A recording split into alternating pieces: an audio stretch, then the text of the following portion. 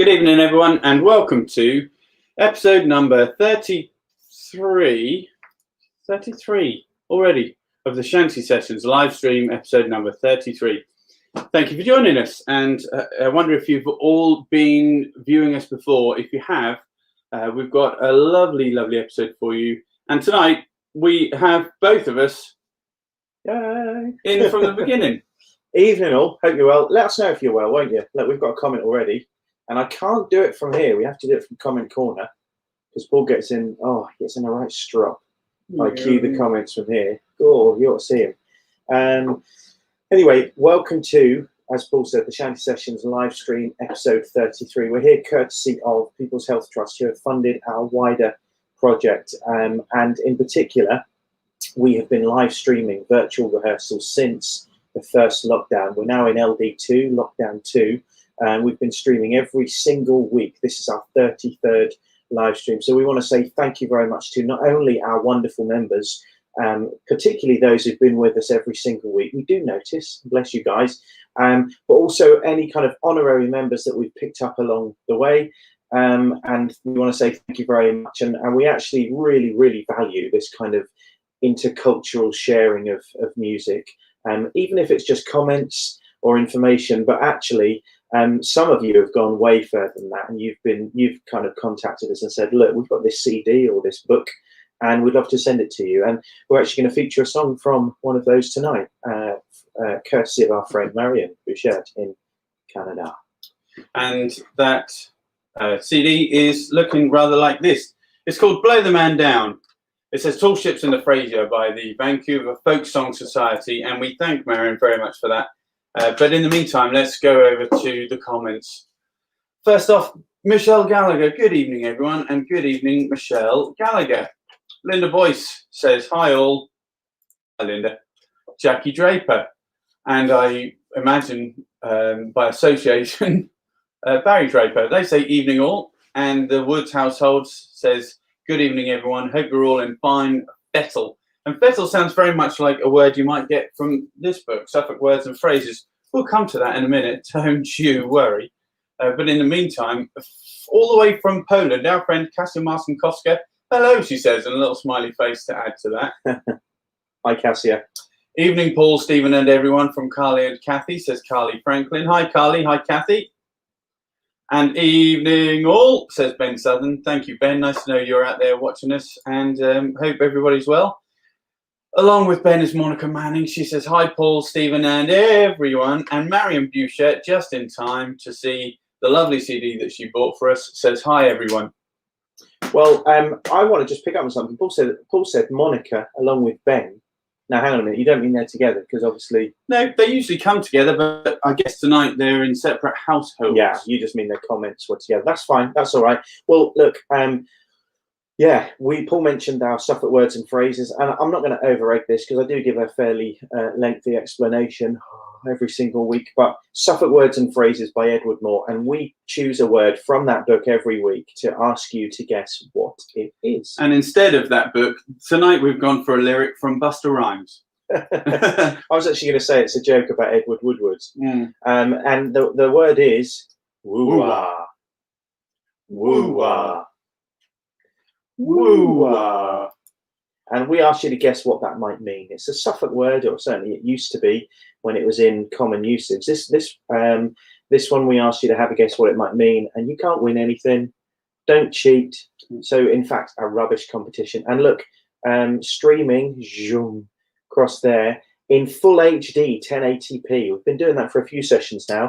However, if you're watching on Facebook, Facebook doesn't allow full 1080p. Not yet. It doesn't even let Taylor Swift and Shawn Mendes or anyone do it in full 1080p. So we're in good company. Yeah, so if you want to see us in full 1080p, head across to YouTube, okay, and help our stats over on there. But look, since we're talking about stats, if you would like to help us, please click share. Won't you click share? Won't you? Won't you click share? Because that would help us to just reach more people if you think they might find it of any use. Anyway, should we give them a song? No. What? Yeah, maybe. What's the matter? Sorry. Yeah.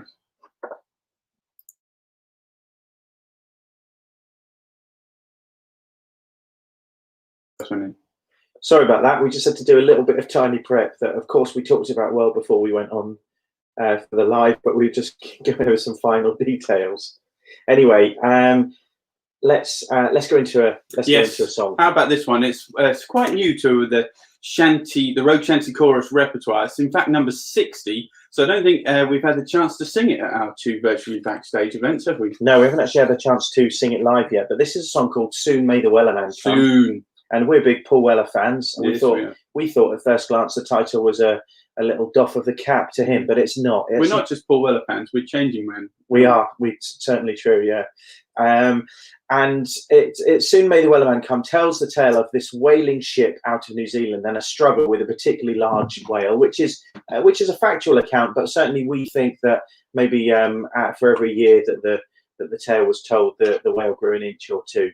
And the Weller brothers were actually a Sydney-based company, and they were a shore whaling company. Although they were from Sydney in Australia, they were based in southern New Zealand in the early part of the 19th century, the 1830s or so. And they had many ships which were serviced by the Wellerman. The Wellerman, referred to as the boat or the skipper that brings supplies to the stations, takes away the oil which was accumulated since the last visit, brings them any necessary kind of provisions and certainly any equipment that might be needed to make any sort of on the hoof repairs. And this is we got this from a book called Folk Songs of New Zealand by Chris Morgan. Wonderful song, and I think we probably talked about it enough. So we'll just... I don't know if we have talked about it enough, because Henk Schweitzer has said at 7:36, music please. And then at 7:37, he or she just said music. That's not quite the way we do it. You are going to have to get used to the sound of our speaking voice, because we do like to give all the songs a historical context. Yeah. But in the meantime, here's some music. Yeah. So, well, this just for Henk, then I'll just talk a bit more about it. The Wellermen got their stake from an agent of the big companies, and that's why they were called a Wellerman. They were often paid in staples, sugar, rum, and other things, not necessarily money. So that was generally why the Wellermen were within the Weller industry for a long time, because they never made enough money to actually move on or go home, and often ended up farming or fishing. So we've got another one like that. He's giving us the thumbs up. Henk, we're only jesting. Let's give him a song. Soon May the Wellerman Come. It's number 60 amongst our Road Shanty Chorus repertoire. If you don't have a folder, don't you worry one jot, because we're actually going to put the lyrics straight up onto the screen for you here. Yeah, sorry, you're right. I beg your pardon. Begging your pardon. Okay, here we go. There once was a ship that went to sea. The name of the ship was the V.O.T. The wind blew hard about it down. Oh, blow, me gully boys, blow. Hey! Soon may the Wellerman come to bring us sugar and tea and rum. One day when the tonguing is done, we'll take our leave and go. She had not been 2 weeks from shore, and down on her a right whale bore. The captain called all hands and swore he'd take that whale in tow. Hey! Soon may the Wellerman come to bring us sugar and tea and rum. One day when the tonguing is done, we'll take our leave and go. Before the boat had hit the water, the whale's tail came up and caught her. All hands to the side, harpooned and fought her, but she died down below. Soon may the Wellerman come to bring us sugar and tea and rum. One day when the tonguing is done, we'll take our leave and go. No line was cut, no whale was free. The captain's mind was not on greed, but he belonged to the Wellerman's creed. She took that ship in tow. Soon may the Wellerman come to bring us sugar and tea and rum. One day when the tonguing is done, we'll take our leave and go. For 40 days or even more, the line went soft and tight. When more boats were lost, there were only 4, but still that whale did go. Soon may the Wellerman come to bring us sugar and tea and rum. One day when the tonguing is done, we'll take our leave and go. Oh, as far as I've heard, the fight's still on. The line's not cut and the well's not gone. The Wellerman makes his regular call to encourage the captain, crew, and all. Soon may the Wellerman come to bring us sugar and tea and rum. One day when the tonguing is done, we'll take our leave and go. Soon may the Wellerman come, we'll bring us sugar and tea and rum. One day when the tonguing is done, we'll take our leave and go. Soon may the Wellerman come to bring us sugar and tea and rum. One day when the tonguing is done, we'll take our leave and go. Take our leave and go.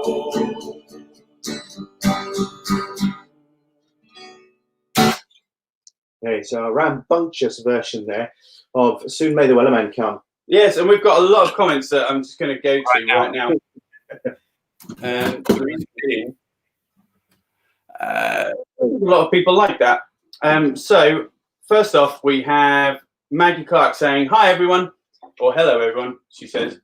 And what else? Sude says, "Ahoy there to you all." Ahoy, Sude.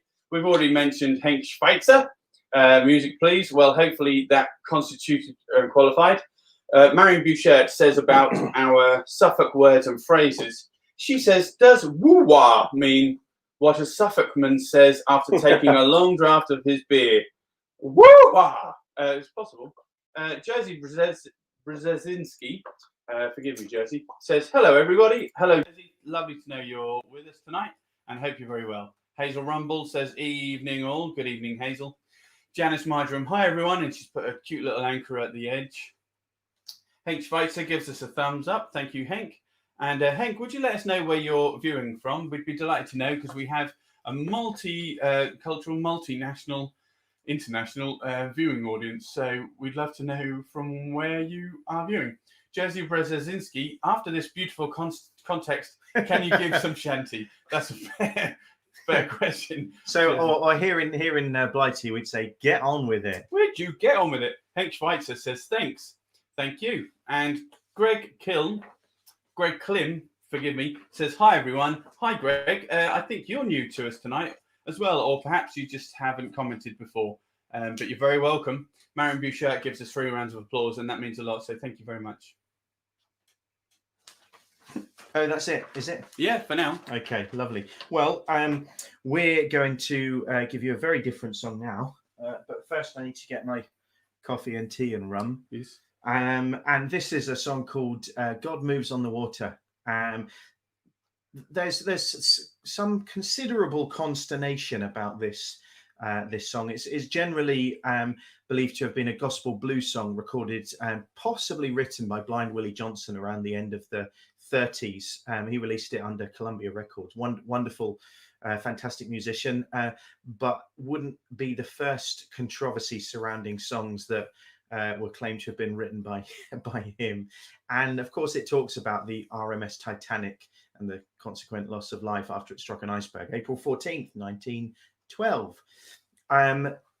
There's a couple of things in the recording of Blind Willie Johnson that lead people to believe that maybe he didn't write it. One in particular is that he sounds the captain's name as A.G. Smith, whereas actually his initials were E.J. Smith, which possibly suggests an oral mishearing from Blind Willie. They're also, on top of that, the lyrics within the song are, possibly also allude to some scripture in the book of Genesis, and the Spirit of God moved upon the face of all the waters. So many people believe that actually it was an earlier gospel song that was changed to honor the Titanic. But whichever the case, and there's no kind of conclusion on the internet and some of the archival sites that we've researched into, whatever the case, it's a fantastic song. Our chorus do it absolutely beautiful. If you haven't seen our chorus, it means you probably haven't been with us many times, but this is our chorus. And what we're doing there is in one of our sellout theatre shows. We only do sellout theatre shows. Every theatre show we've done has been every single seat has been sold out. And what we're doing there is actually recreating the atmosphere within a beach village smoker concert. And the beach village was a little a small community within Lowestoft, our kind of honorary town. And the smoker concerts were annual affairs held once or twice a year, where the men mostly would just join in, drink and sing and celebrate all things about the sea and fishing. And we were actually doing many things there, apart from several of our people being dressed up in authentic costume of the time. But we've also got Jackie in the middle with a blue t-shirt, and she's knitting. She knits gazies, and then we've got people playing dominoes, and just generally having fun. So that's our wonderful Rogue Shanty chorus. And anyway, look, I think I better get on again, because possibly Henk will tell me off. But I'm only joking, Henk. So this is a song called God Moves on the Water. And whilst it's not a sea shanty, it certainly is obviously maritime in nature. God Moves on the Water. We're going to fire the lyrics up for anybody that would like to join in with us. Oh, yeah. This is number 4 in our repertoire for the Rogue Shanty boys. Lyrical problem, so we can't display. Beg yon. Oh, no, we can, yeah. 10.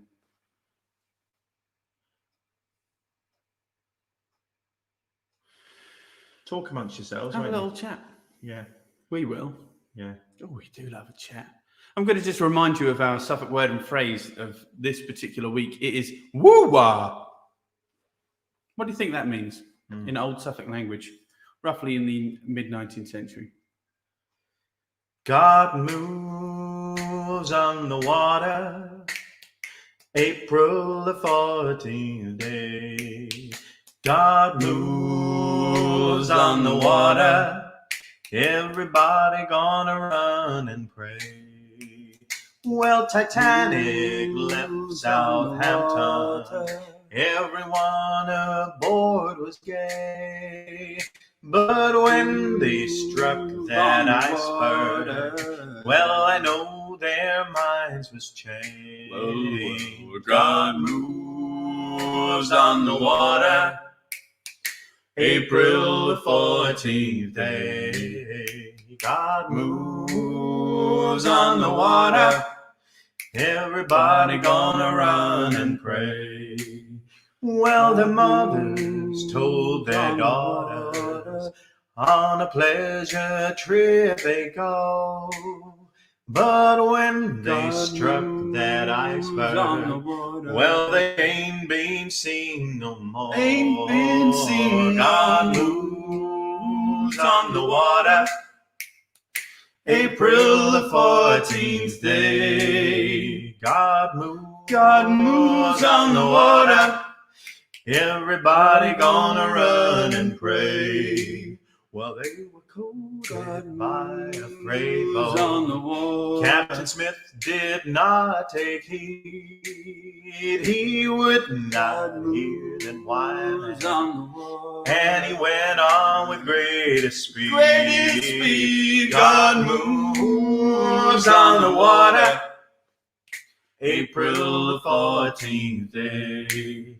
God moves on the water, everybody gonna run and pray. Well, Foreman John Jacob Astor was a man so bold and brave.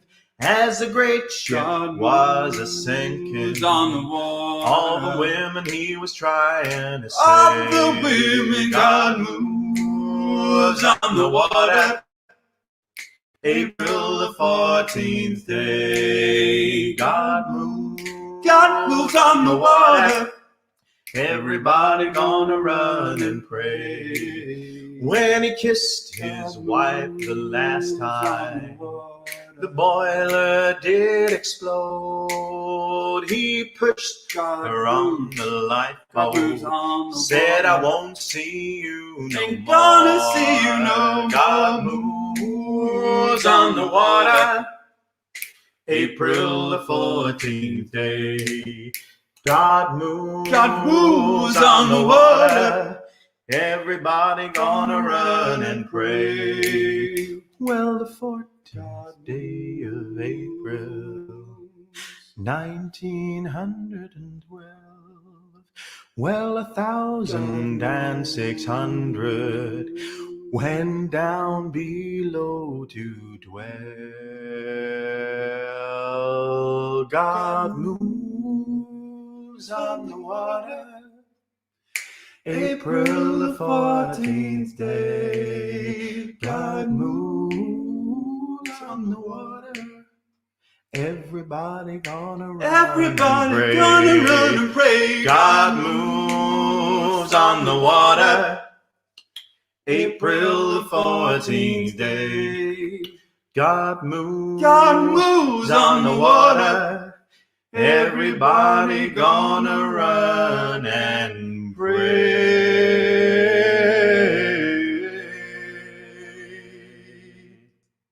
God moves on the water. Yes, he does. The very different version by Blind Willie Johnson is absolutely worth checking out.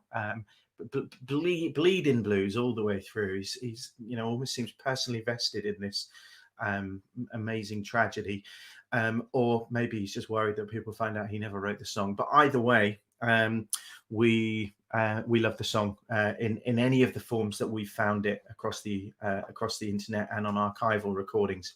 So thank you very much, Blind Willie, and or whoever did actually write that song.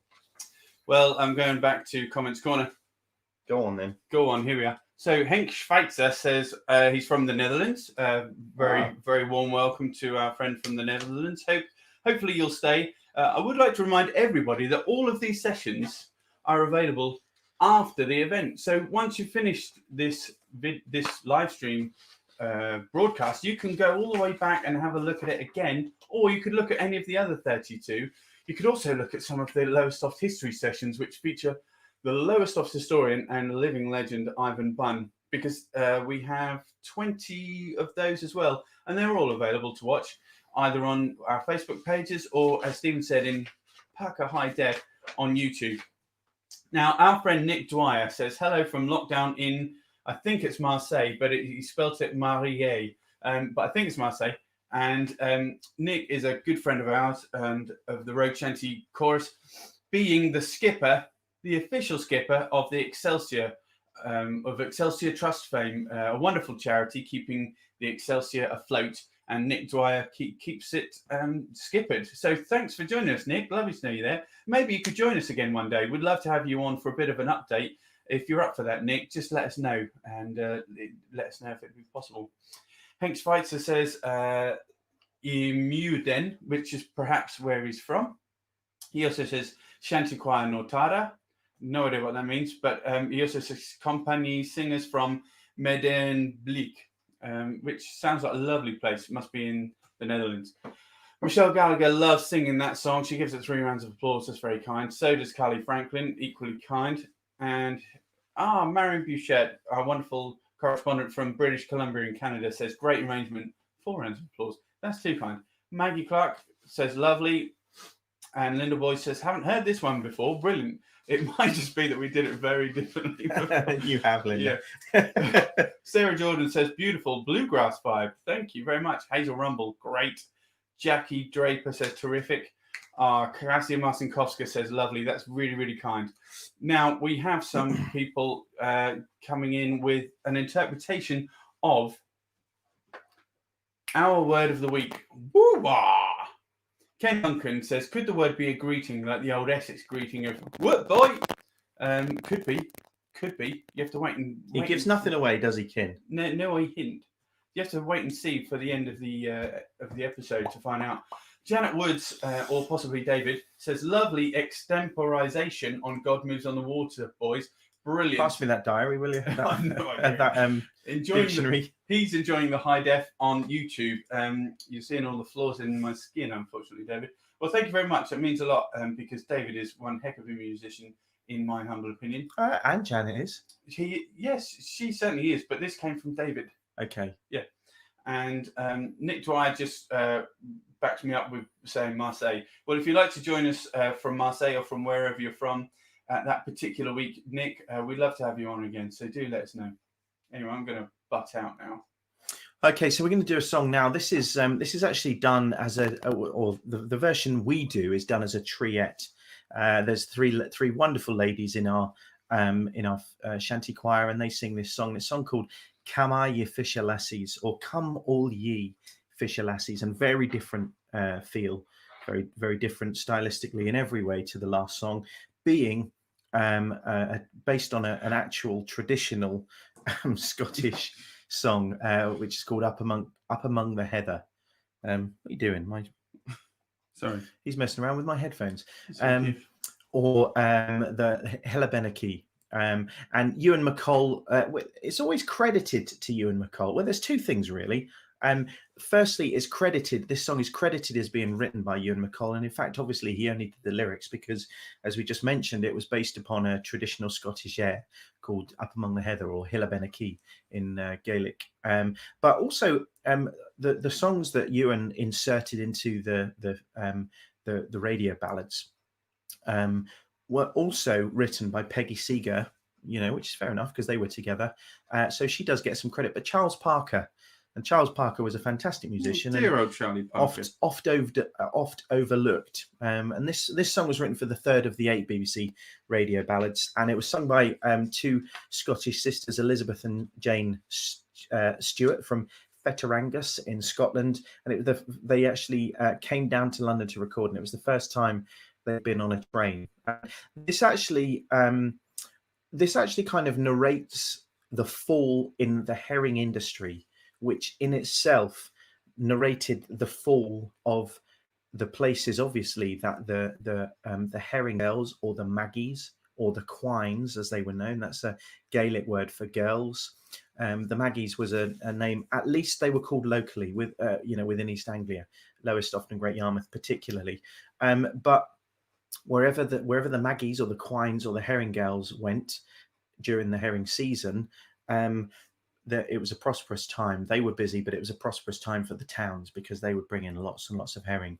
And of course, when the services of the Maggies, the Quines, the herring girls started to become in decline, the towns also knew that they were in trouble.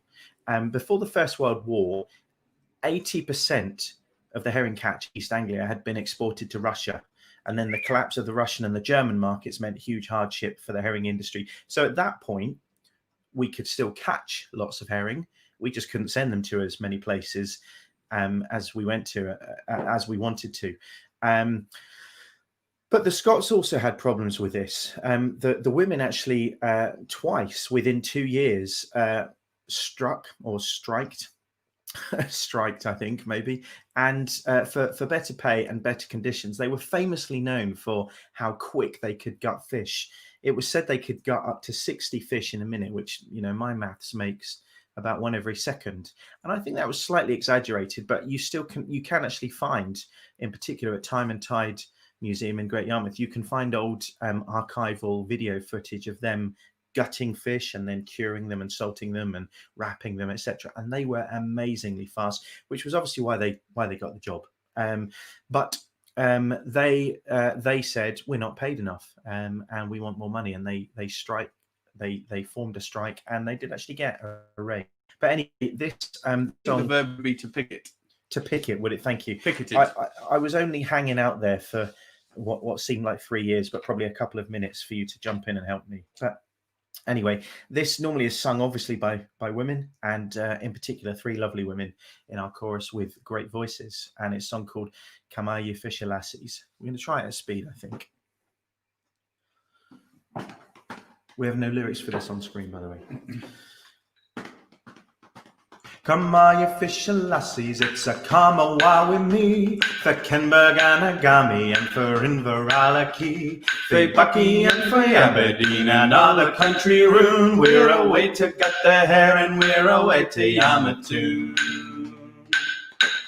Rise up in the morning with your bundles in your hand. Be at the station early or you'll surely have a stand. Take plenty to eat and a kettle for your tea, or you'll maybe die of hunger on the way to Yarmouth Quay.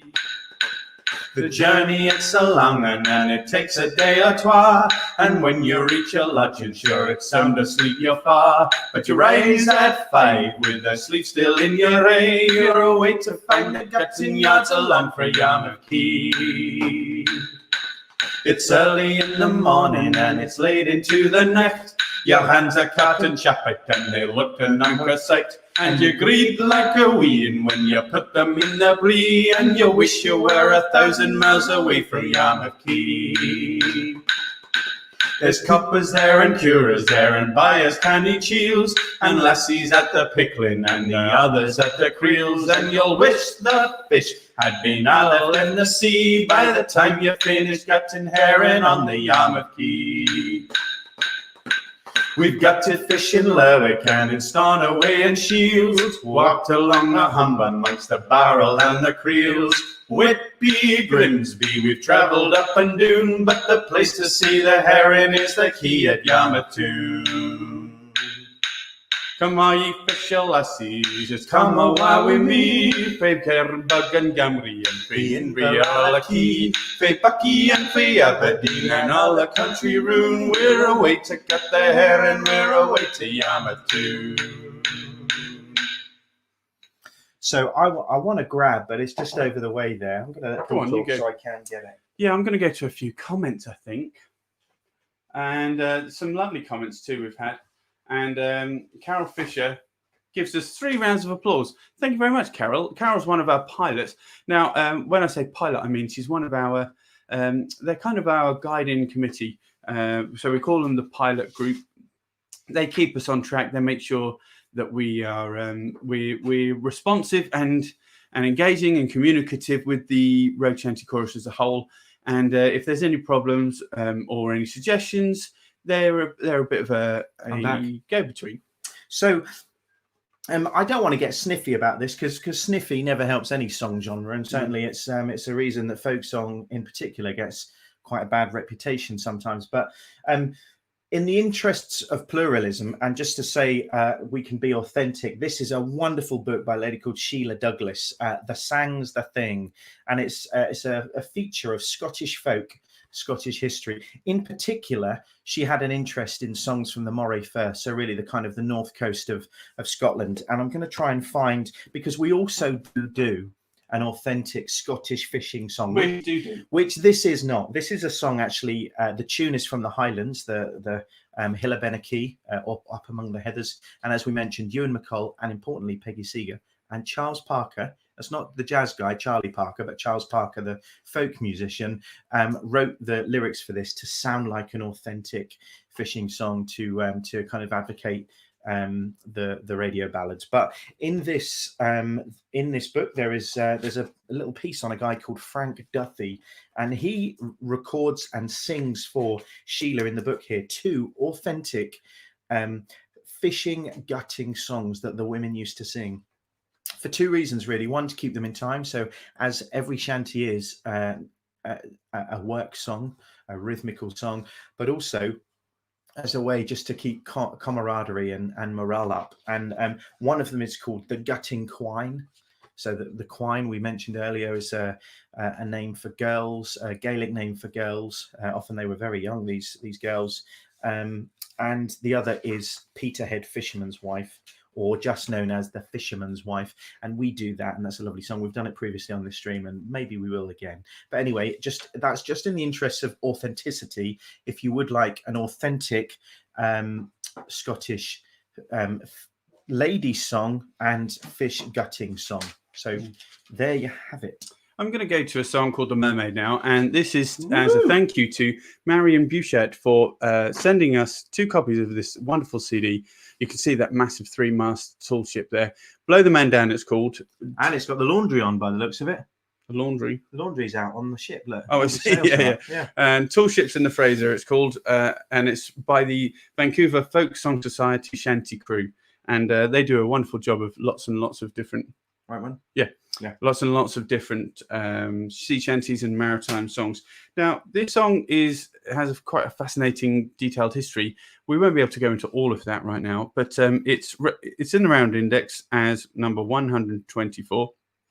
And I want to say something about the Roud Folk Index, because a lot of people come to us. I think we sometimes mistakenly assume everyone knows about the Roud Folk Index, even though it feels like we sort of bang on about it a bit, but we should, because it's a wonderful, wonderful resource. And the Roud Folk Index, is a database of I mean, at this point, I think we're talking about 250,000 references to nearly 50,000 songs that have been collected, importantly, from oral tradition in the English language from all over the world. So it's not just British or English songs.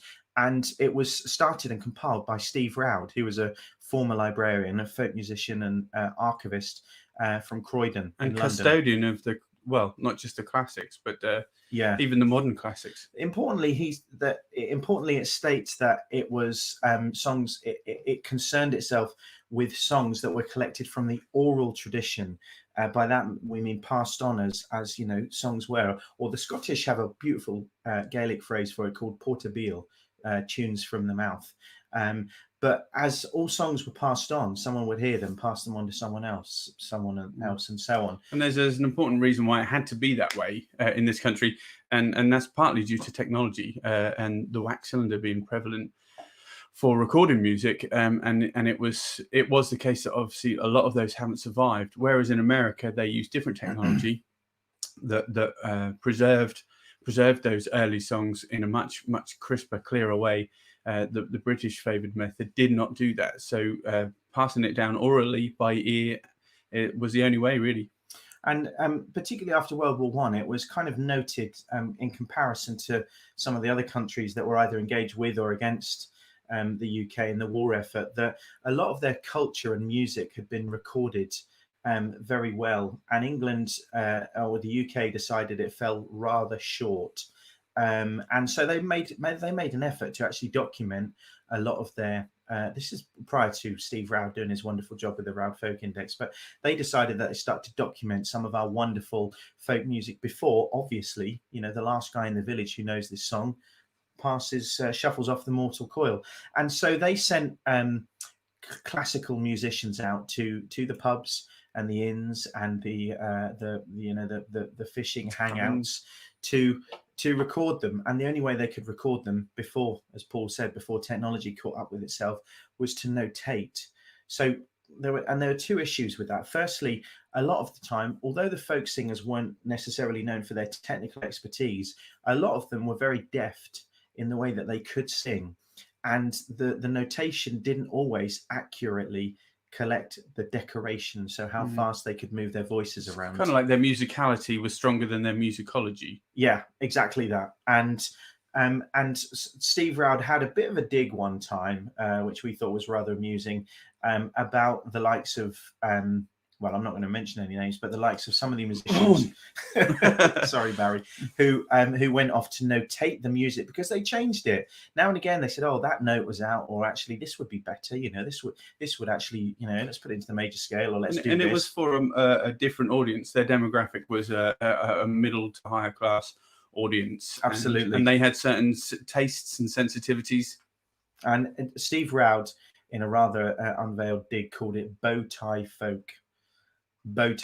So that's why he was particularly passionate about the Roud Folk Song Index, concerning itself with songs that were passed down via the oral tradition. That's not to say that songs weren't notated and passed down via the oral tradition, but generally it's kind of accepted. And there are several entries for most songs under different titles and slight differences, and it's generally accepted that those are fairly accurate versions of the songs, and can be kind of used to assume that you're singing the same version of the song that we did 100 years ago, 200 years ago, and so on. Anyway, I butted into Paul's, and I've completely forgotten the melody now. Yeah, I'll fill you in on the history of it in a little while. Anyway, this is called The Mermaid, and it's a fantastic version as featured on the Vancouver Folk Song Society CD, Tall Ships in the Fraser. One night as I lay on my bed, I lay so fast asleep, when the thought of my true love came running in my head, and sailors that sail on the deep. As I sailed out one day, and being not far from land, there I saw a mermaid sat on a rock, a comb and a glass in her hand. Now the song she sang so sweet, No answer at all could I say, till our gallant ship she swung round about, which made our poor hearts to ache. Then up stepped the helmsman of our ship, in his hand a leaden line, for to sound the sea so wide and so deep, no hard rock or sand could he find. Up stepped the captain of our ship, and a well-speaking man is he. He says, I have a wife in Lowestoft town, this night a widow she'll be. Up stepped the boatswain of our ship, and a well-spoken man was he. He says, I have 2 sons in Kessingland, and orphans I fear they will be. And then up stepped our cabin boy, and a scrawny lad was he. He says, oh, I grieve for my mother dear, whom I shall never more to see. Last night, when the moon shone bright, my mother, she had sons 5, but now she may lurk in the salt, salt sea, and find but one still alive. Call for boats, my Lowestoft boys. Do you hear how the trumpets sound? For the want of a longboat in the ocean we're lost, and most of our merry men drowned. So that was The Mermaid, and I took a little bit of liberty with the place references, the names of the places, as would have been exactly the case in shanties generally. Place names got mixed about. Now, The Mermaid, as I said, is a ballad in the Round of Folk Index, number 124. It's also catalogued as child ballad, number 289. It dates to around the 18th century, the middle of the 18th century, and it's known by a collection of different names, including Waves on the Sea, The Stormy Winds, and The Wrecked Sea. Now, this song belongs in the category of sea ballads, being a song that sailors during their time off and not while they worked would sing. It is commonly thought of as a sea shanty, but really it's more of a four-bitter or a folksy song. Well, hey, I'm back. Look, so we're going to do another song now. This is non-repertoire. This is not in our normal repertoire or usual repertoire, and known under a few titles. So we're just going to pop straight into it. Bound down Trinidad to look for Sunny Door. Oh, Master Stevedore, how you stole your cargo away, Sunny Door. Oh, tell me, Master Stevedore, how you stole your cargo. Bound down Trinidad to look for Sunny Door. Oh, boots free me, bully boys, and burdened in the archway, way, sing Sunny Door. Oh, boots free me, bully boys, and burdened in the archway. Bound down Trinidad to look for Sunny Door. Oh, Trinidad, the pretty little harbor, away, sing Sunny Door. Oh, Trinidad, the pretty little harbor. Bound down Trinidad to look for Sunny Door. What will you do with Sunny Door if you should ever find her? Way, sing Sunny Door. What will you do with Sunny Door if you should ever find her? Bound down Trinidad to look for Sunny Door. Bound down Trinidad to look for Sunny Door. Just in time. Just in time. So that was called Down Trinidad, and I'm just going to go back to The Mermaid. In those lyrics, it mentions the lead in the line as commented in the verse by the helmsman, and basically the lead in the line would be a big heavy weight on the longest line that they would have, and it would plunge into the sea to try and measure the depth, just to basically make sure they had enough depth of the ocean for the draft of the ship.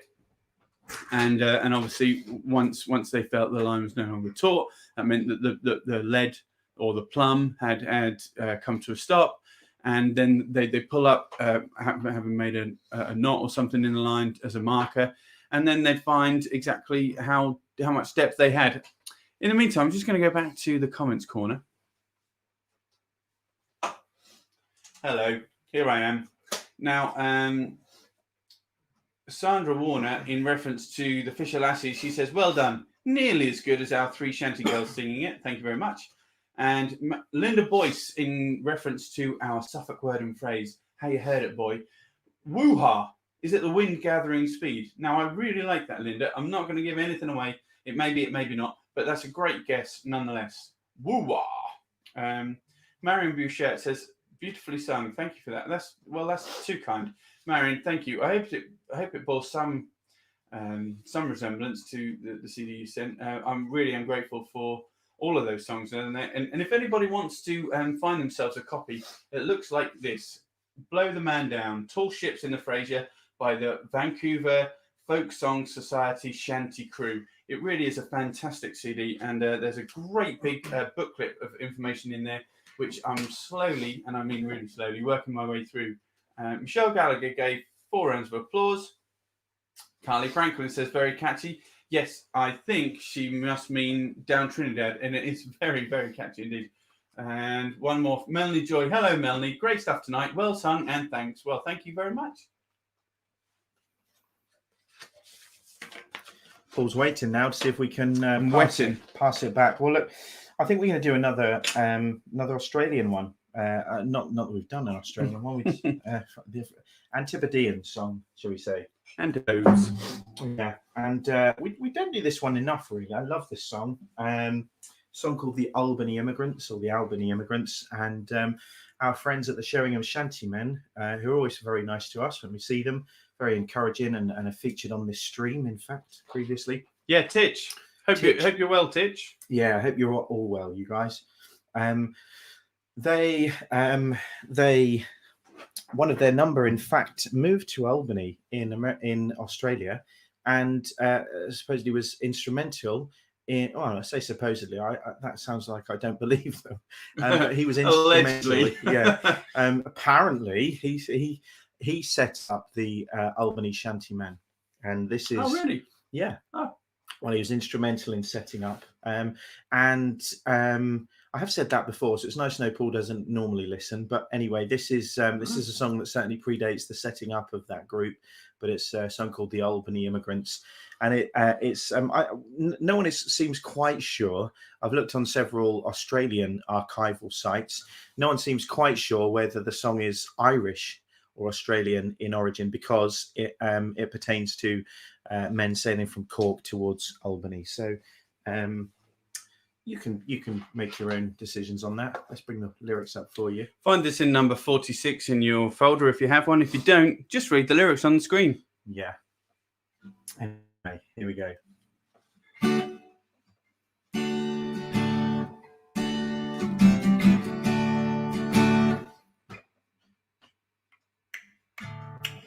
We sailed from Cork on a windy day with a dark and cloudy sky. Our friends were standing on the quay, the women stood and cried. We were young and out for fun and the richest we could find. So lift your glass and drink a toast to the girls we left behind. Oh, Paddy dear, drink up your beer, we're leaving in the morn. Aboard the ship, the Isle is great for straight around the Horn. Paddy dear, drink up your beer, we're leaving in the morn. Aboard the ship, the Isle is great for West Australia round the Horn. Our brother was a sailor man with the Blackpool line. He jumped ship at Albany and now he's doing fine. The letters that he wrote to us said, come out here and stay.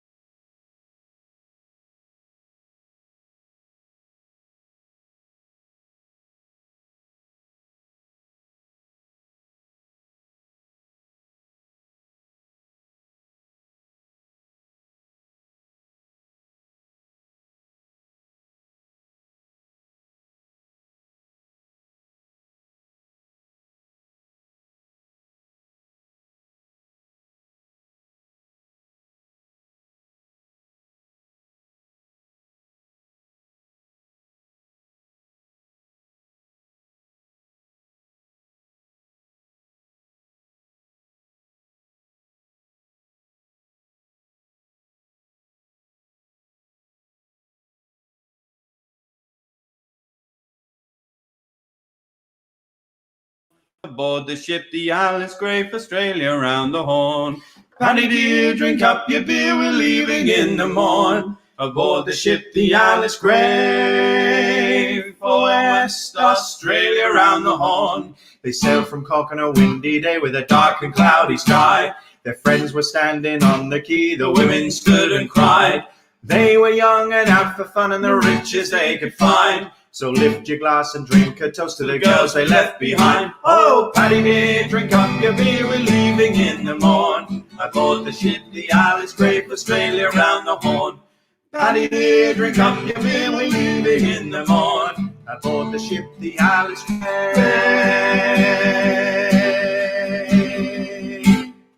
for West Australia round the Horn. We think we lost you halfway through there, so sorry about that. We do beg your pardon. So sorry. Now and again, the technology lets us down. Definitely the technology, not us. Yes. But anyway, we hope you enjoyed that. The very best and most magical bit of that whole song that we did there was in the middle. So I hope you didn't lose that, because I don't think we can top that at all this evening. No, and we'll never be able to sing those middle verses that well again. No, exactly. Yeah. Someone give us a quick comment just to let us know that you're back. I assume you are. But anyway, we're back now. Thanks, Hazel. Hey, thanks, Hazel Hazel. wins. Linda, you're frozen. Yeah. Linda, you just got to let it go. Okay. See what I did there? Oh, I see. Yeah. Now that you've said you see. Something we really like to share with you, and we'd like you to share with us. Now, Stephen and I run an organisation called the Voice Cloud. Yes, we do. And we've been tasked with encouraging people to formulate some lockdown diaries. Jude Burnett says, "Can you do it all again?" Don't know. It depends if we It run. won't be as good as that. No, it just never would. Probably best not Never. to, Jude. No. Yeah. We won't want to spoil it. So we're looking for people to compile some, or we'll be compiling some lockdown diaries. If you could do us a day in the life of you, a day in the life of yourself, in a video format. So record yourself. It could be just a smartphone video, or it could be something a little bit more grand if you have the means. If you don't, smartphone will do really well. And we'd love to have a day in the life of yourself in lockdown in this. And this really would be lockdown 2. And we certainly hope there's no lockdown 3. Send it in to us. If you need any more information, do get in touch. But we really, really would love to have your contributions to the Voice Cloud Lockdown Communal Video Diaries. And I tell you what, we've had some already in, but we are looking for somebody to send us one that we could immediately share on Facebook. Just to give people an example, so as basic as you like, but just so that we could give people an example of what that might look like, and encourage them to just tease them out to do their own, and get that ball rolling even further. So if you would be willing to send us yours, the first person to do so will win a CD of the Road Shanty Chorus that look like this. And the Road Shanty CDs Chorus, don't look like that. That's what the Road Shanty Chorus looks like. The CD is called Turning the Tide, and it's the album recorded of sea shanties by the Road Shanty Chorus. We are looking to give one of those away free to the first person that sends us in from this point, that sends us in their lockdown diary. You could send us more than one day if you like, but we need at least one day. And if you want to send us more than one day, make sure they're in separate files, okay? So send that in. The first person to do so after tonight will win that CD. But I must say, we need you to be willing for us to share it so that we can show other people what theirs might look like. Okay, right. We're going to do now a song that we found in this book. It's number 53 in the repertoire. So that's a heads up to any Road Shanty Chorus members. For anyone else, don't worry. We'll pop the lyrics up on screen so you can sing along. But by the wonderful Stan Hugel, and I have previously. I tell you what, it's also on that CD as well. It actually is. Yeah, I just remembered it's also on Blow the Man Down. And this is a pumping song. And Stan says it was popular on Scandinavian and German ships. And it talks about we have a few songs that do this. It concerns itself with the idea of the watch, which is something that men actually obsessed about, because a watch generally was held in 4-hour shifts, demarcated every 30 minutes by the sounding of a bell. In particular, the 8th bell was the important one, and a double ring often, or a slightly different strike. And the watches went from midnight to 4 a.m., 4 a.m. to 8 a.m., 8 a.m. to midday, then till 4 p.m., 8 p.m. and midnight. And at which point the person on watch could then go below, often down to the cabin, maybe onto other duties, but certainly they didn't want to be on the watch. This is Round 4190, and it's a song called Strike the Bell. And we owe our version to dear old Stan Hugel. Obviously, there are many other versions about. So let's pop the old lyrics up. Now, this is one of a newer one for our Rogues repertoire. So you probably won't have it. Have a look at the screen. There it is. Here we go.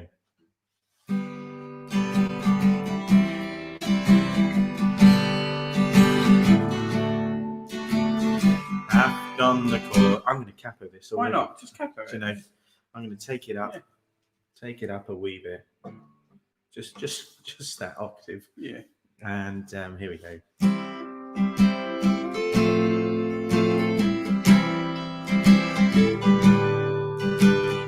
I've done the quarter deck, walking about.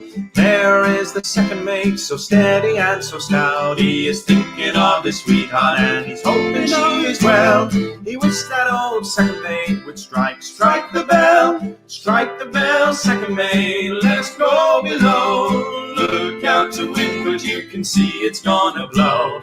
Look at the glass, you can see that it has fell. We wish that you would hurry up and strike the bell. Forward on the forecastle head and keeping sharp lookout. There is Johnny waiting, ready for the shout. The lights burning bright, sir, and everything is well. But he's wishing that old second mate would strike the bell. Strike the bell, second mate, let us go below. Look out to windward, you can see it's gonna blow. Look at the glass, you can see that it has fell. We wish that you would hurry up and strike the bell. Down on the main deck and working at the pumps, there is the larboard watch ready for their bunks.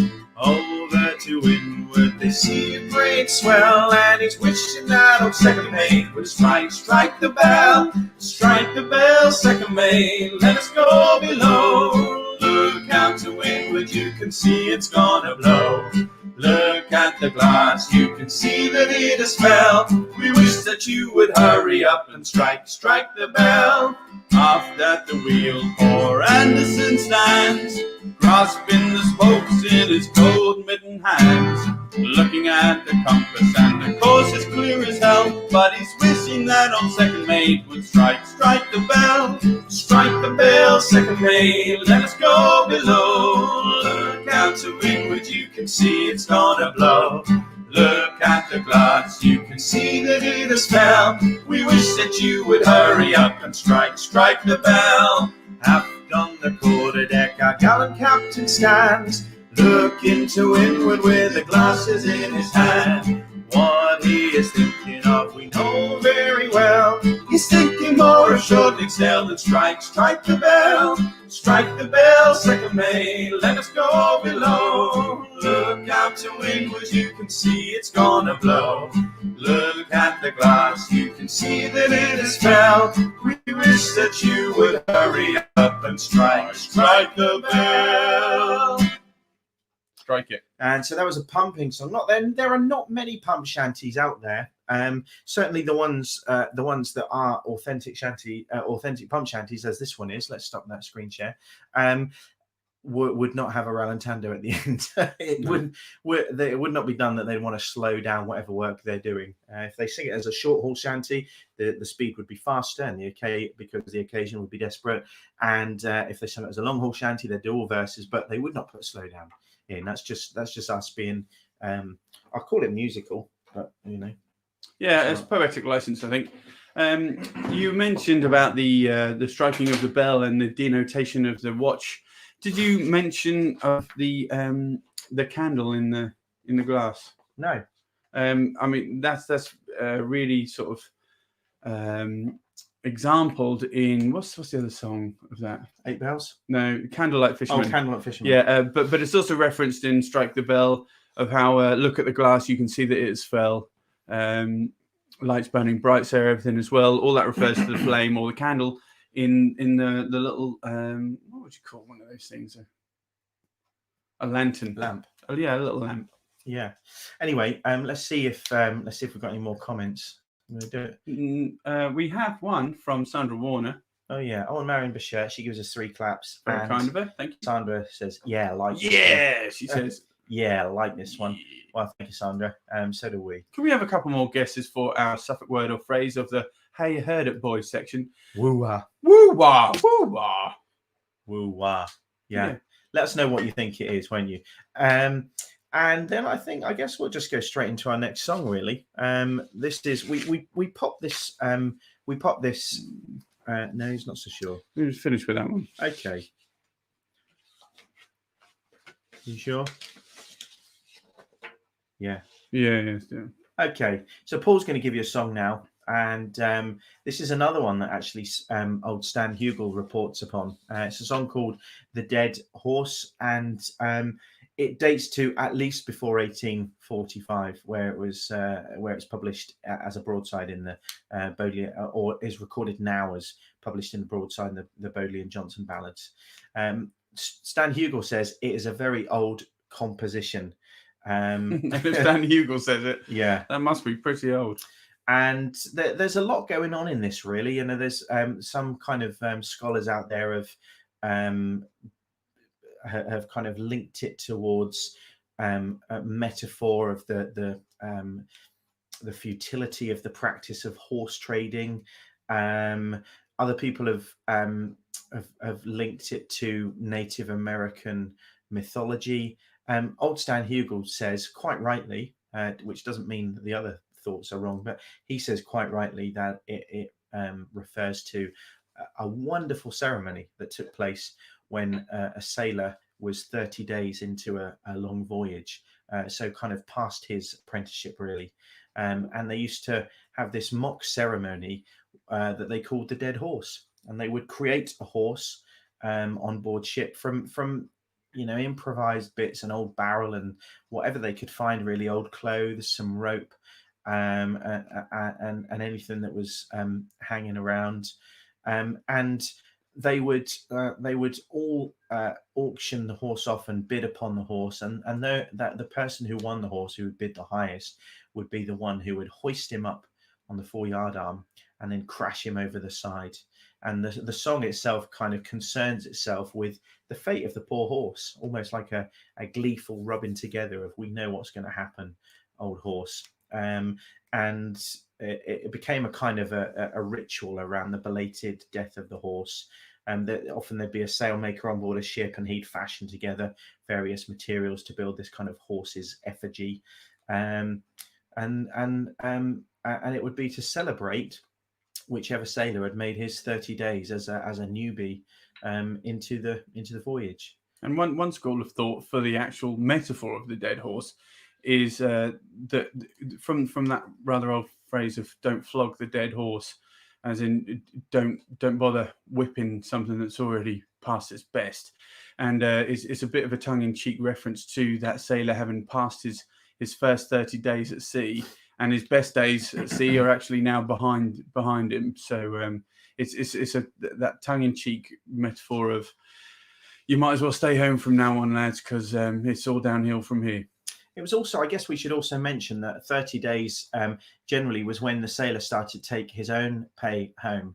The first 30 days, particularly for most sailors who were recruited, they couldn't afford to buy the equipment and PPE, we call it these days, the personal protective equipment that they needed to do the job. But after the first month's sea service had been completed, the seaman would then get from there his pay, and he considered himself free of debt, because often he would either owe the ship or a generous benefactor back home the money for that first month's pay to buy him his whatever equipment he needed and clothes. So his credit, the creditor or the tailor or the boarding house master who cashed that one month's advance note, who was living in usually in affluence, he was the horse supporting the sailor or the creditor in his indulgence at becoming a sailor.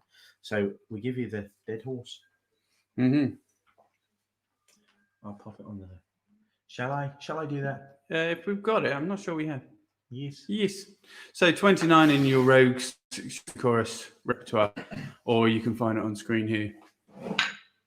A poor old man came riding by, and we say so, and we know so. A poor old man came riding by, oh poor old man. Says I, old man, your horse will die, and we say so, and we know so. Oh poor old man, your horse will die, oh poor old man. If he don't, we'll ride him again, and we say so, and we know so, and I'll ride him until the Lord knows when, oh poor old man. For 30 days I've ridden him, and we say so, and we know so. When he dies, we'll tan his skin, oh poor old man. Oh now, poor horse, your time has come, and we say so, and we know so. Oh, many a race we know you've won, oh poor old man. You have come a long, long way, and we say so, and we know so. For to be sold upon this day, oh poor old man. You are going now to say goodbye, and we say so, and we know so. Poor old horse, you're gonna die, oh poor old man. We'll use the hair of his tail to sew our sails, we say so, we know so, and the iron of his shoe to make deck rails, oh poor old man. We'll hoist him up to the foreyard arm, and we say so, and we know so, where he won't do sailors any harm, oh poor old man. We'll drop him down with a long, long roll, and we say so, and we know so, where the sharks will have his body and the devil take his soul. Oh, poor old man. And we need to reference, actually, we've had a comment come in that's very important. And it's from our wonderful correspondent from British Columbia, Marion Bouchette. She says, not to be contrary, and you're welcome to be contrary, because it looks like you're probably right. I always thought that the reference to look at the glass, you can see that it is fell in Strike the Bell, refers to the barometer falling, which indicates the imminent arrival of bad weather. That sounds like a plausible, if not likely, explanation of that phrase.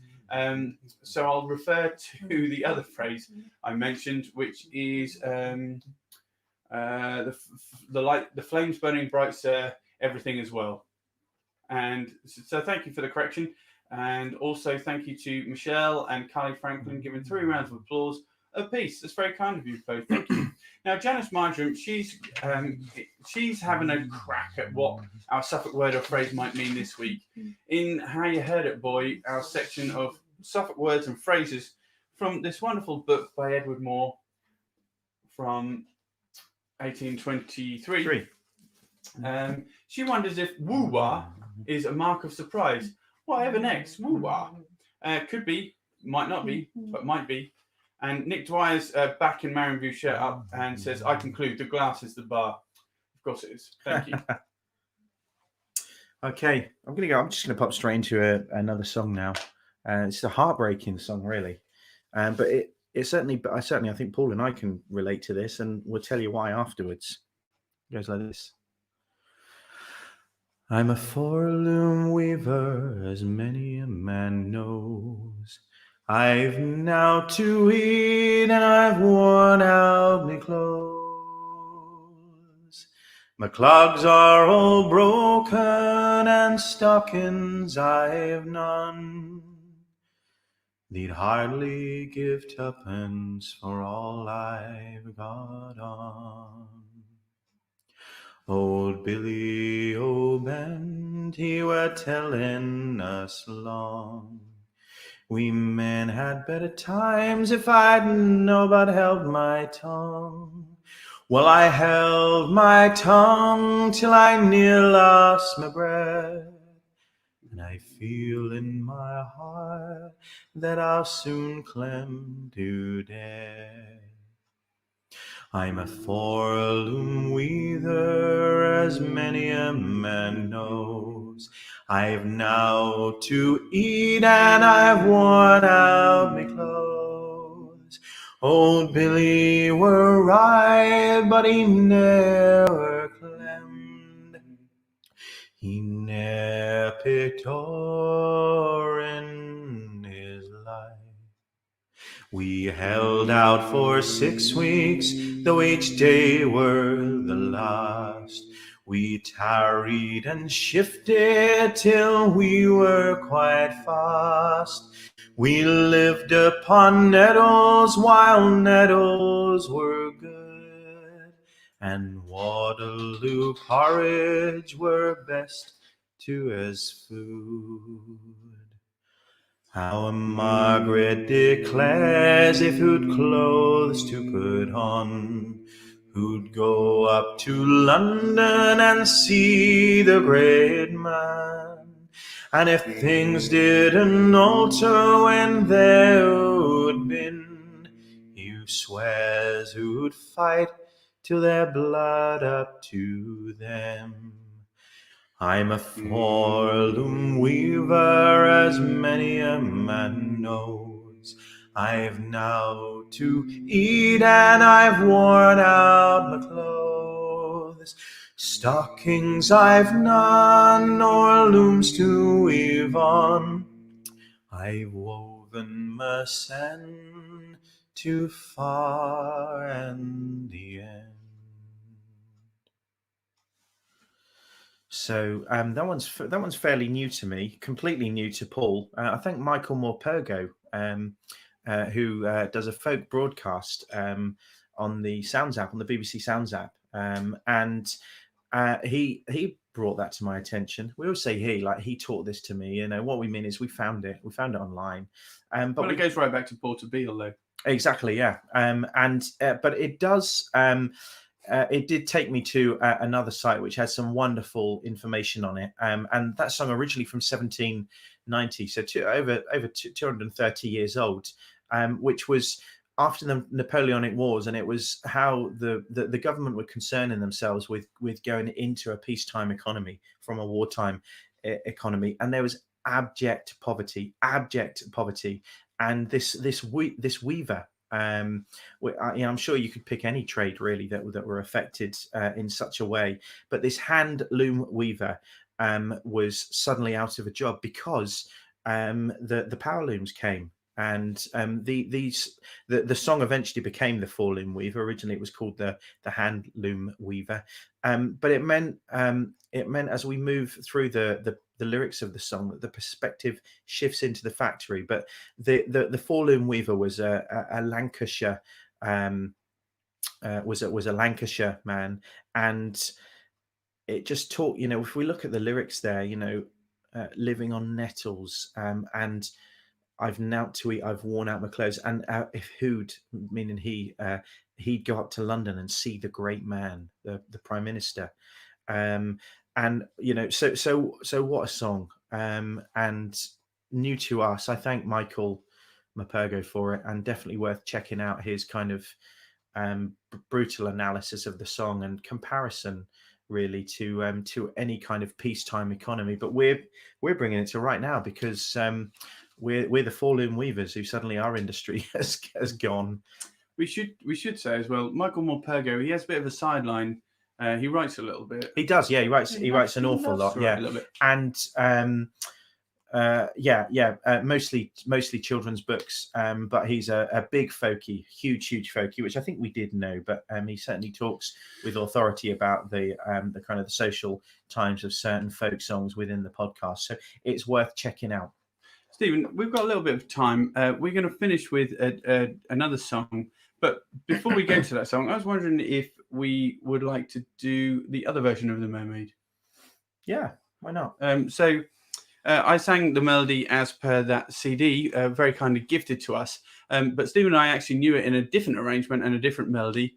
And just to show you the contrast and how these songs, in many examples, would travel around the world. They'd hop onto one crew, much like coronavirus. Yeah, they'd infect the ear, though, in that case. So one crew would learn this song from their shanty man, and then perhaps that crew might, at the end of the commission, might find themselves in the company of on another ship. And then it would be watered down with Chinese whispers all along the way. This is The Mermaid as we know it. I hope you enjoy it. Marion, if you haven't heard this version before, this is the way we heard it first. Yeah. On Friday morning as we set sail, I was not far from the land. Oh, there I spied a fair pretty maid with a comb and a glass in her hand. The stormy winds did blow, and the raging seas did roar, while we poor sailors went to the top, and the landlubbers lay below, below, below, and the landlubbers lay below. Then up spoke a boy of our gallant ship, and a well-speaking boy was he. I've a father and mother in Lowestoft town, and this night they weep for me. The stormy winds did blow, and the raging seas did roar, while we poor sailors went to the top, and the landlubbers lay below, below, below, and the landlubbers lay below.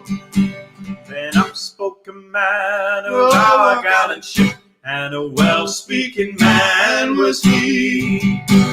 I married a wife in fair London town, and this night she a widow be.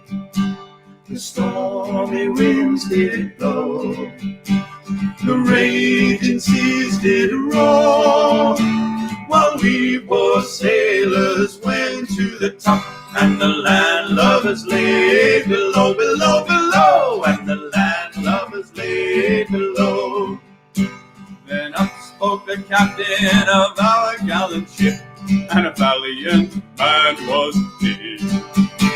For want of a boat we shall be drowned, for she sunk to the bottom of the sea. The stormy winds did blow, and the raging seas did roar, while we poor sailors went to the top, and the landlubbers lay below, below, below, and the landlubbers lay below. Then up spoke the captain of our gallant ship, and a valiant man was he. For want of a boat we shall be drowned, for she sunk to the bottom of the sea. The stormy winds did blow, and the raging seas did roar, while we poor sailors went to the top, and the landlubbers lay below, below, below, and the landlubbers lay below, below, below, and the landlubbers lay below. The Mermaid. Yeah, I guess we kind of, if there's a version that our arrangement to it's Probably Liam, isn't Liam it? Clancy and Yeah. Tommy Mackham. Yeah, Great arrangement. There's lots of different arrangements, and there often is with the sea shanties or four-bitters, folks or songs, any kind of mariner's song, nautical tune.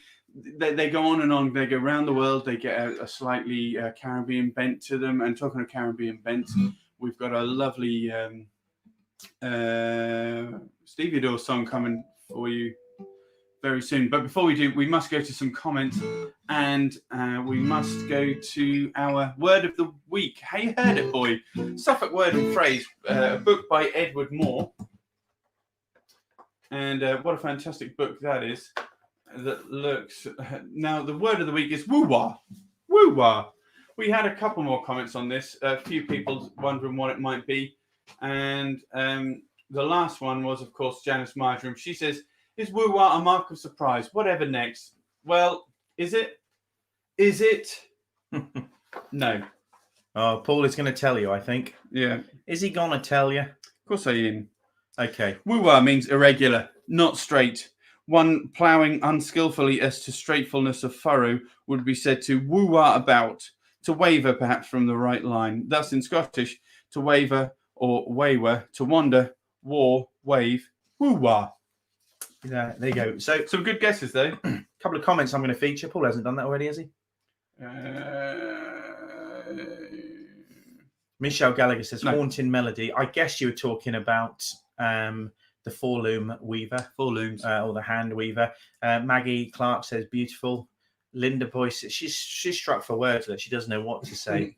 And then the mermaid. Michelle, 4 claps and a mermaid. Very good. Oh, wonderful. Maggie Clark says, love that. Thank you. Look, we're having a lot of people re-comment, which is lovely, but would love for anyone to comment. If you haven't commented tonight, you've got T-minus 7 minutes and 17 seconds.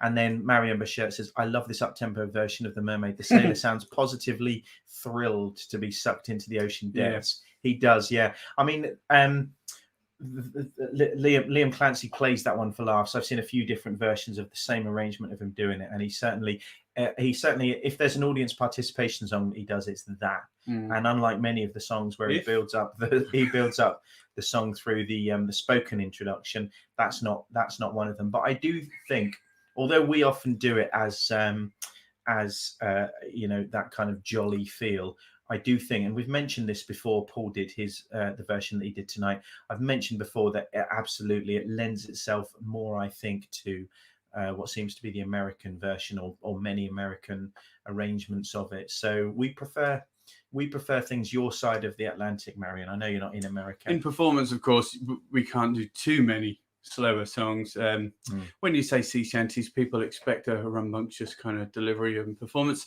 But yes, it is the version that I sang first is a really lovely version. Unless, of course, you like the kind of song whereby the melody betrays the lyrics. The lyrics tend to be very, very thought-provoking, and the melody tends to be quite beautiful and pleasing to the ear. How much like who am I thinking of? Gilbert O'Sullivan. There's a lot of his songs are really, really sad in lyrical content, and yet you wouldn't know it just by listening to the melody. In fact, many people, many Stevie Wonder songs, I think, deal with a lot of social injustice and racism and sadness, and yet you put a disco beat behind them or a soul beat, and people are fooled into thinking they're just a fun old song. But hey, look, we're going to do another song now. We've mentioned often this wonderful, wonderful book. If you can ever get a copy of it or see it in a reference library, please do. You'll just be fascinated by it. It's got notation, it's got stories, it's got pictures, it's got everything. And it really makes you believe that you are in the Georgia Sea Islands. And it was put together by Lydia Parrish, who decided that these songs actually marked a different kind of time, but importantly, the songs kind of were stamped through with the culture of the people and the slaves who lived and grew up on these islands. And this is actually Round 21449, 21449. And it's a song that we love, and somehow we don't seem to do a lot, actually. It's called Pay Me My Money Down. And it's a work song sung by Negro stevedores, dockside waterfront manual labourers involved in the loading and unloading of ships, certainly within their slavery.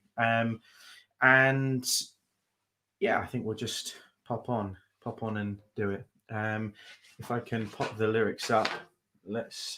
Now, for anybody with a folder at home, this is number 3030 in your folder. However, lots of you don't have that folder, so why don't you just read the screen? The lyrics are right there. we would love to know that you're at home joining in with us. Okay.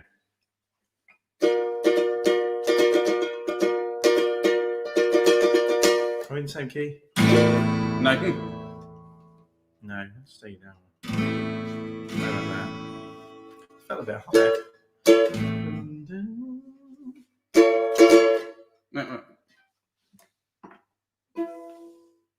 Oh dear, look. We get right to the very end and we get everything wrong, don't we? That's better. Okay, one more time. Thought I heard my captain say, pay me my money down. Tomorrow is my sailing day.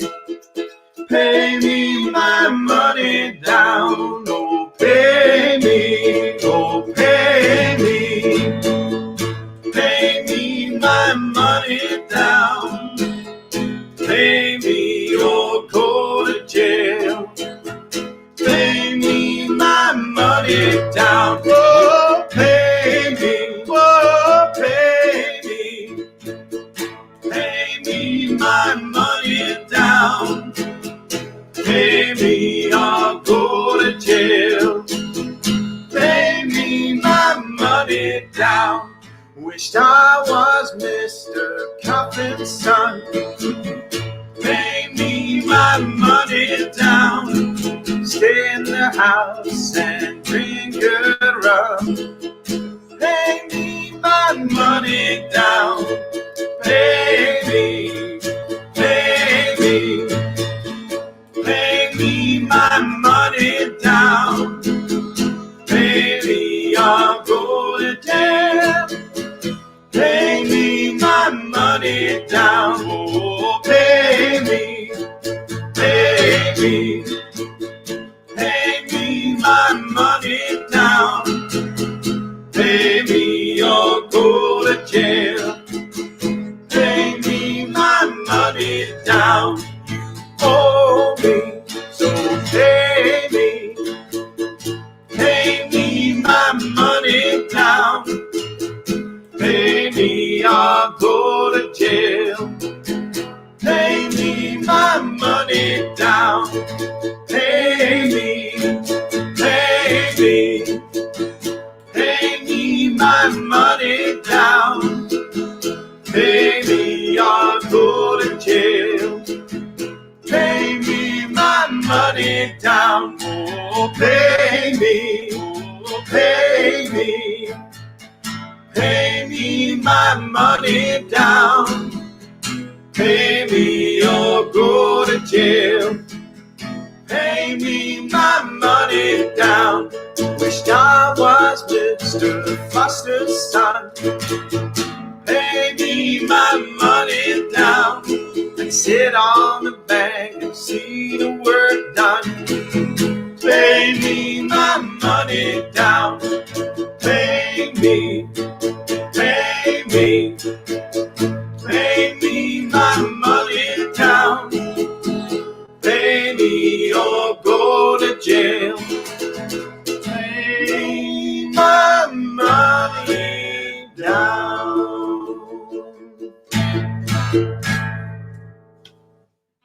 Yay, and look, even with a battered old out of tune uke, we can finish with our song. So look, I think we're pretty much there. Are we early for once? No, we were bang on time, except I'm gonna interject and just mention a few things that we really must mention. And one of those things is that thank you very much to the People's Health Trust. You can see here they are. Here's their logo right down here. People's Health Trust, very, very decent of them. They've been funding us for well over a year through the Active Communities programme, making sure that we're able to engage the community with the cultural and musical heritage of Waveney and the East Coast, such as Lowestoft, where we're from. And they've been particularly supportive during this lockdown and the epidemic period, and making sure that we can still continue to embrace and communicate. So thank you very much to them. One other thing I will go back to is this video diary, the Voice Crowd Lockdown Communal Video Diaries. We would really, really love you to be sending those in. If you need any more details, get in touch. We'll let you know what it's all about. But basically, if you have a smartphone that records video, you will be able to send in a 1 day diary. You can send us more than 1 day, but we need it 1 day per file.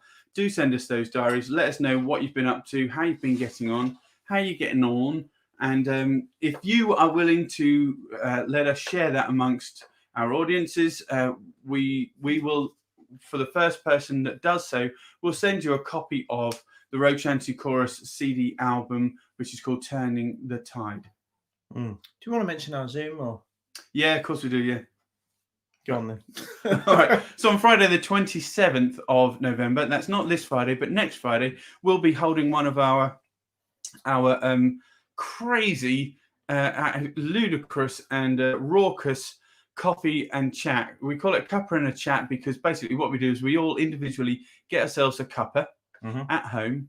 We log into Zoom while it's still steaming and frothing and foaming, and we enjoy that cuppa with company, people that we know and like-minded individuals, friends, and people perhaps that we haven't met before. It won't be a massive crowd, but it feels like a house party when Barry's in the room. That's for certain. So if you're free around 1:30 p.m. yeah, whoop, whoop.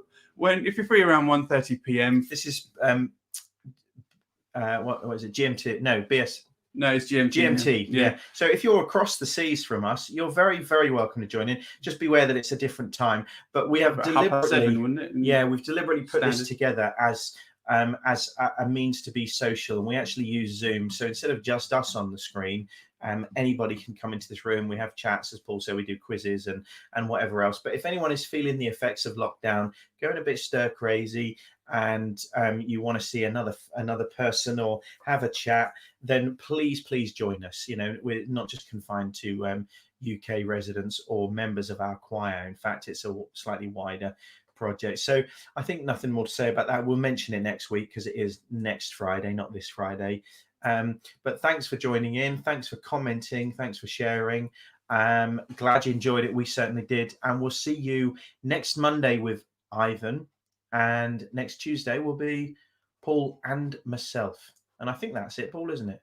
That should be roughly it. Yeah. Thank you, everyone, and good night. Yeah. Night. Bye.